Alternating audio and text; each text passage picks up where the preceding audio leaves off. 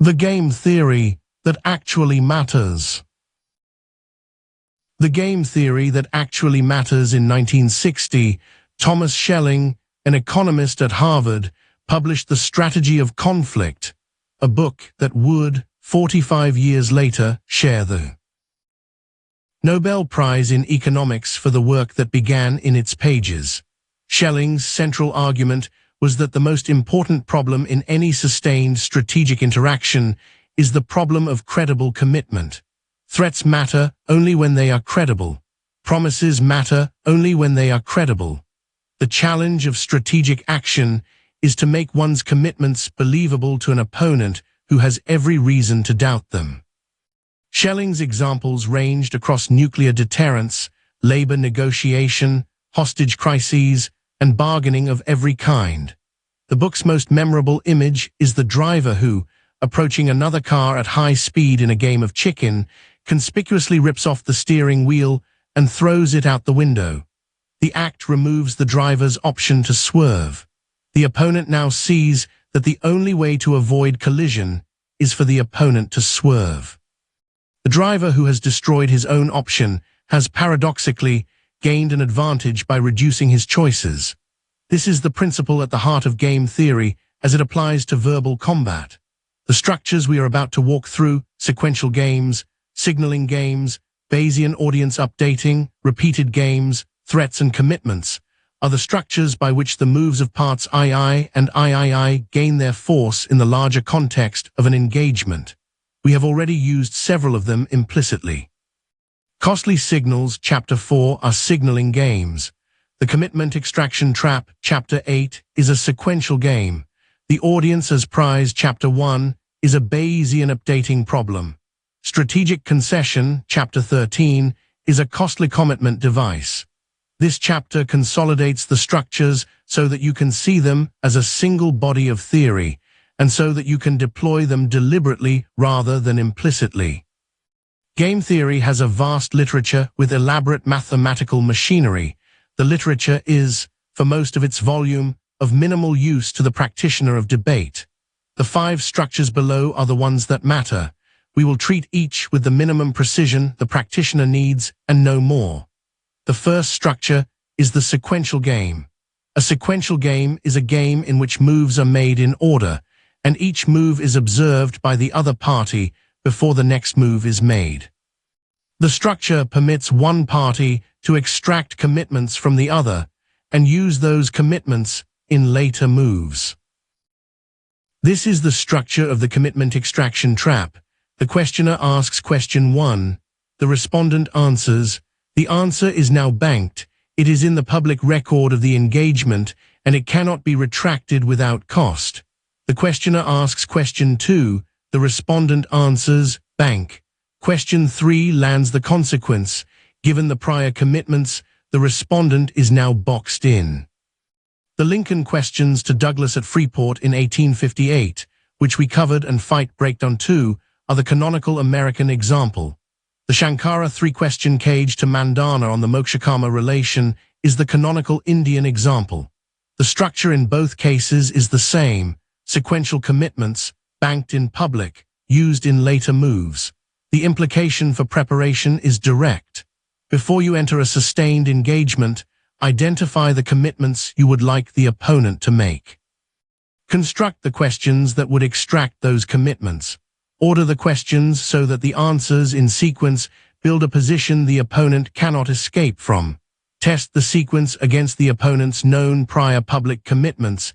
If their prior public statements would force a particular answer to question 2, the sequence has additional binding force. The preparation is the construction. The deployment is the asking. The second structure is the signaling game. A signaling game is a game in which one party knows their own type, their actual quality, intent, or capability, and the other party does not, but must infer the type from observable signals. This is the structure. The audience is the receiver of the signal. The speaker is the sender. The audience cannot directly observe the speaker's competence, honesty, or commitment. The audience can only observe the signals the speaker emits: costly signals, work, scars, foregone alternatives, bound commitments, and cheap signals, claims, credentials in dispute, performances. The audience updates its assessment of the speaker's type based on the signals. The fundamental result of signaling theory, due in its modern form to A. Michael Spence in 1973, is that signals carry information only when they would be costly to fake. Cheap signals, talk, performance, claim, convey limited information because everyone can produce them. Costly signals, work that has actually been done, commitments that have actually been bound, alternatives that have actually been foregone, convey high information because the speaker who has done the work or made the commitment has paid a price that the speaker who has not done the work or made the commitment cannot pay. The implication for any extended engagement. The costly signals you have available before the engagement determine the credibility floor with which you start. The cheap signals you produce during the engagement add to or subtract from that floor at the margin. The investment in costly signaling is the investment in the floor. Preparation in cheap signaling is the investment in margin. Both matter. The floor matters more and is harder to change in the short term, which is why the long career of preparation matters at the moment of any single engagement. The signaling game also runs in the other direction. You are receiving signals from the opponent and updating your assessment of their type. Their costly signals are the credible information. Their cheap signals are noise.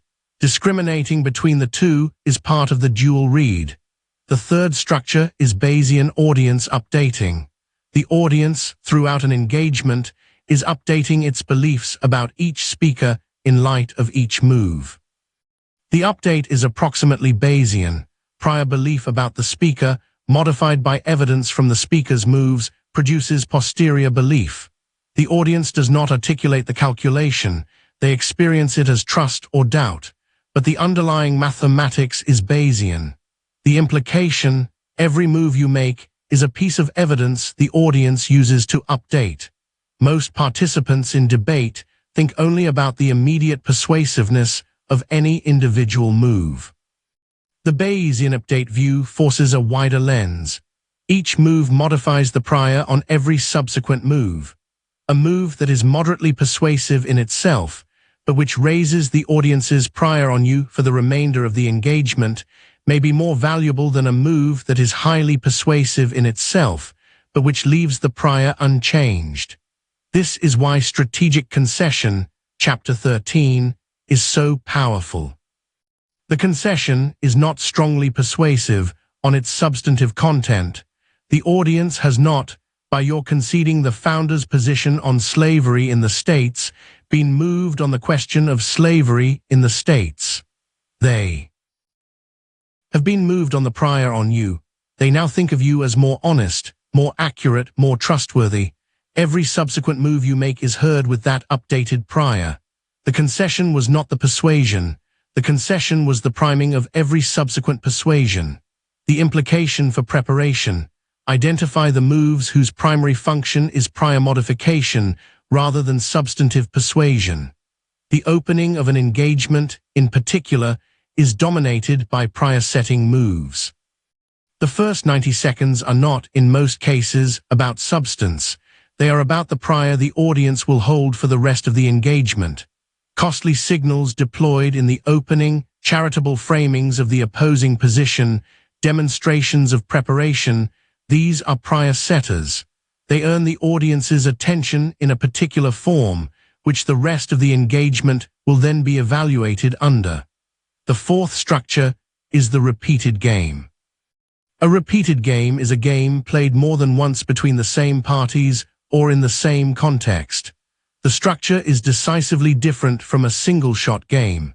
In a single-shot game, defection or any short-term advantage-taking is often individually rational. In a repeated game, defection is often punished by the opponent in subsequent rounds, which alters the calculation. The classic theoretical result, due in modern form to Robert Axelrod's tournaments of the 1980s, is that tit-for-tat with forgiveness is a robust strategy in repeated games. Cooperate by default, retaliate immediately when defected against, return to cooperation when the opponent does. The strategy is robust because it is simple, observable, retaliatory but not vindictive, and forgiving but not naive. For verbal combat, the implication is that the long shadow of future engagements modifies the calculation of any single engagement. If you will engage with this opponent again, in this format, with this audience, the moves you make now have consequences not only for the current engagement, but for the next and the one after. A cheap shot that wins the current round may cost you in subsequent rounds when the opponent retaliates and the audience remembers. A demonstration of integrity that loses the current round may earn you the next several rounds. Most participants in serious debate are in fact in repeated games. Public intellectuals, academics, lawyers in particular jurisdictions, journalists in particular beats, politicians in particular constituencies, all are in long-running engagements with the same opponents in the same formats with overlapping audiences. The repeated game structure is the natural condition of professional argument. The implication for preparation: identify the time horizon of your engagement. If the engagement is single shot, a media interview that will not be repeated, a one-off panel, the calculation is different than if it is repeated. Most engagements that feel single shot are on inspection, embedded in a repeated structure. The interview is one of many. The panel is one of a series. The opponent will be encountered again. The audience will see you again. Move selection should reflect the long shadow. The fifth structure is the threat and commitment relation, which Schelling treated with such precision in 1960. A threat is the announcement that if the opponent takes a particular action, you will take a particular costly response. A commitment is the announcement that regardless of what the opponent does, you will take a particular action. Threats deter, commitments bind. Both work only when they are credible. The credibility of a threat is the question of whether the opponent believes you will, in fact, execute the response if they take the action. The credibility of a commitment is the question of whether the opponent believes you will, in fact, execute the bound action regardless of the cost. The harder it would be for you to back out, the more credible the threat or commitment. The classical Schelling move, destroying your own option to back out, increases credibility by reducing your own choices. In verbal combat, the relevant threats and commitments are usually about position taking. I will publicly defend this position regardless of attack is a commitment. If you misstate my position, I will document and publish the misstatement is a threat. Both can be made credible by binding moves, putting one's reputation on the position, pre-publishing the response to any anticipated misstatement, making the cost of backing out too high. Strategic concession is in part a credibility-building move. By visibly conceding what you can honestly concede, you signal that your remaining commitments are genuine. They are not the byproducts of a need to win every point, because if they were, you would not have conceded the points you conceded. The remaining positions are therefore more credible as commitments. The audience updates accordingly. Shankara's career, considered as a single integrated strategic action across approximately 20 years, is one of the most complete demonstrations of game-theoretic structure in the historical record. His 4 monasteries, Sringeri, Dwarka, Puri, Jayatirmath, are commitment devices. Each monastery is an institution that will outlive Shankara himself, propagating the Advaita teaching through subsequent generations. The act of founding the monasteries, with disciples installed at each, is the Schelling move of removing the option to back out. Shankara cannot, after the founding, abandon the doctrine. The doctrine is now embodied in institutions whose continuation is independent of his individual choices. The commitment is hardened past the point of personal recall. His 4 principal disciples, Shurshvara, Padmapadacharya, Hastamalakacharya, Totakacharya, are signal amplifiers. Each is a demonstration of the doctrine's power. The most accomplished mimamsaka of his generation, Shankaracharya, chose Advaita. The most philosophically sharp of the disciples, Padmapada, wrote the most rigorous commentary. The most poetic, Hastamalaka, produced the mystical literature. The most loyal, Totaka, sustained the ascetic discipline. The disciples carry the costly signal that the doctrine attracted minds of every kind. The signal is more credible than any signal Shankara could send by himself. His textual corpus, the Brahma Sutra Bhashya, the commentaries on the principal Upanishads, the Bhagavad Gita commentary, the hymns and shorter works, is a Bayesian prayashepa for every subsequent debate the tradition would conduct. Shankara's writings established the prayas with which every later Advaitin would enter every later disputation. The opponent of any subsequent Advaitin must first contend with the praya the writings have established. The praya is high. The opponent must work harder than they would have had to work without. The writings, the textual corpus, is in effect prior investment for the entire subsequent tradition. The repeated game played out across these institutions, disciples, and texts continues to the present. The Shankara lineage is alive. The mathas still operate. The textual corpus is still studied. Shankara's 20-year career produced a structure that has been a player in the repeated game of Indian intellectual life for 1200 years. We will treat the multi-game structure of his career in detail in the next chapter and in Fight Breakdown 4.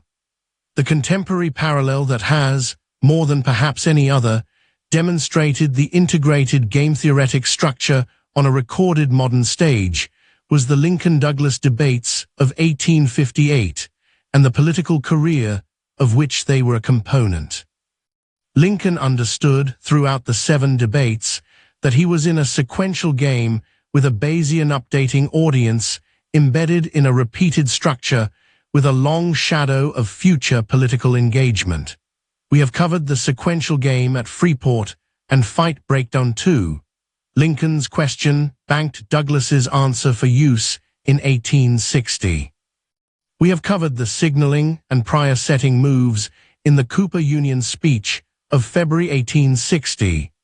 Lincoln's long concession of the founders' position on slavery in the states established the prior with which his case on the territories would be heard. The full career through 1865 is a study in commitments hardened past the point of personal recall.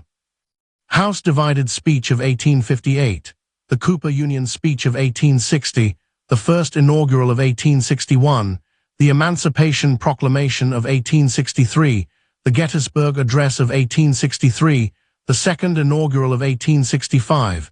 Each step bound the position more firmly to subsequent action, and each step was made with the awareness that the position would be defended by the actions to come.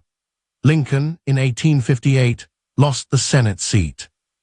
The single-shot game went to Douglas. The repeated game, played out through the published transcripts of the debates that became part of his presidential candidacy in 1860, was won by Lincoln. The signaling game, conducted across the entire career, was won by Lincoln. The threat and commitment structure of his presidency, the binding of the federal government to the abolition of slavery, hardened past the point of recall by the war and the constitutional amendments, was the shelling move at the largest scale. The principle, in the modern case as in the classical, is the same. The single move is part of the larger game. The larger game is what determines the value of the single move. Move selection that ignores the larger game produces locally rational and globally suboptimal play. Move selection that takes the larger game into account produces moves whose value is not always evident in the immediate engagement, but which compounds over the duration of the larger game. A note on what game theory in debate is not. Game theory in debate is not the application of mathematical equilibrium analysis to find the formally optimal strategy. Most debates are not amenable to formal equilibrium analysis. The spaces of moves and audiences are too complex to model usefully. The game theoretic structures are heuristics for thought, not algorithms for action. They direct attention to the right questions. They do not produce automatic answers. Game theory in debate is not gamesmanship. The structures are diagnostic of how engagements actually work. They are equally available to honest participants and to manipulators. The honest participant uses the structures to deploy serious moves more effectively. The manipulator uses them to deploy bad faith moves more effectively. The 5 structures do not by themselves favor either. The ethics, which we will treat, are a separate matter. When you see what looks like game theoretic reasoning being deployed as a justification for cynical play, the audience is just running Bayesian updates, so I can just produce the right cheap signals and win. You are looking at game theory misused. The structures are accurate descriptions of how debates work. They are not licenses to defect. The honest participant uses them to win the right way.